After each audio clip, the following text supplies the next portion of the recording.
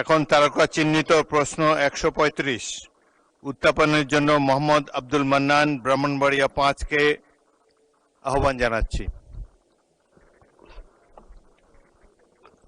মাননীয় স্পিকার, আপনাকে ধন্যবাদ।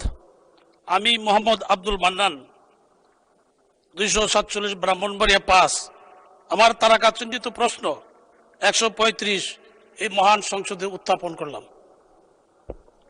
মাননীয় মন্ত্রী। মাননীয় স্পিকার, আপনাকে ধন্যবাদ। মাননীয় সদস্য আব্দুল মান্নানের যে প্রশ্ন, সে প্রশ্নের উত্তর হলো, কোন রাজনৈতিক দলের নেতাকর্মীদের কতগুলো হয়রানিমূলক ও মিথ্যা মামলা দায়ের করা হয় তার পরিসংখ্যান সরকারিভাবে সংরক্ষণ করা হয় না। কারণ অধিকাংশ মামলায় রাজনৈতিক দলের নাম উল্লেখ করা হয় না। সে কারণে আমাদের কাছে সুনির্দিষ্ট কোনো তথ্য নাই।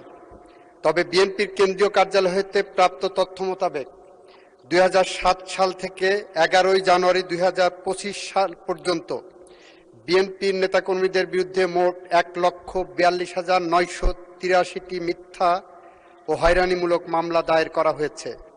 বর্তমান সরকার দায়িত্ব গ্রহণের পর 5 মার্চ 2026 তারিখে রাজনৈতিক কারণে দায়েরকৃত হয়রানিমূলক মামলাসমূহ প্রত্যাহারের সুপারিশ করার লক্ষ্যে জেলা পর্যায়ে জেলা ম্যাজিস্ট্রেটের সভাপতিত্বে 4 সদস্য বিশিষ্ট কমিটি পুনর্গঠন করে।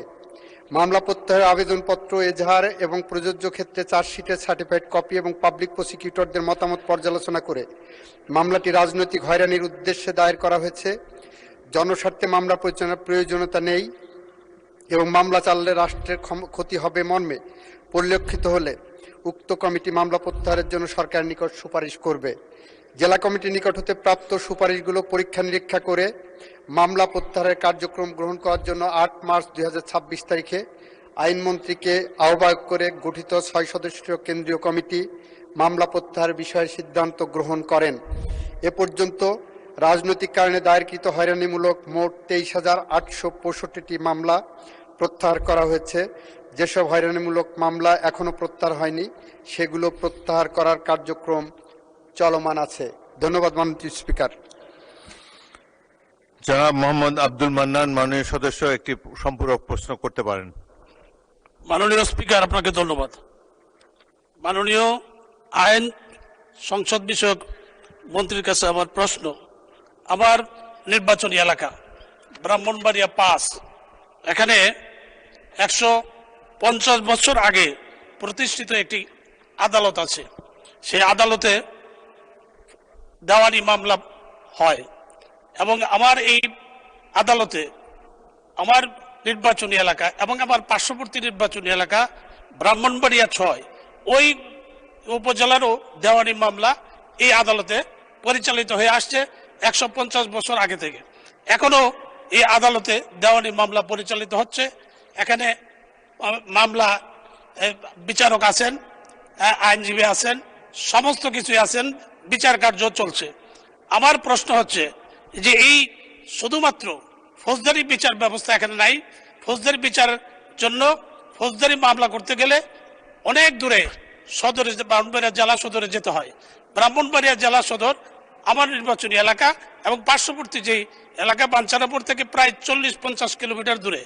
ওইখানে যে বিচার প্রার্থী যে আগের দিন থাকতে হয়, এই অবস্থার জন্য আমি মাননীয় আইনমন্ত্রীর কাছে আমি জানতে চাই যে আমাদের এই বিচার প্রার্থী সাধারণ মানুষের জন্য দুর্ভোগ লাঘবের জন্য আমাদের এই আদালতে ফৌজদারি বিচারের ব্যবস্থা করবেন কিনা।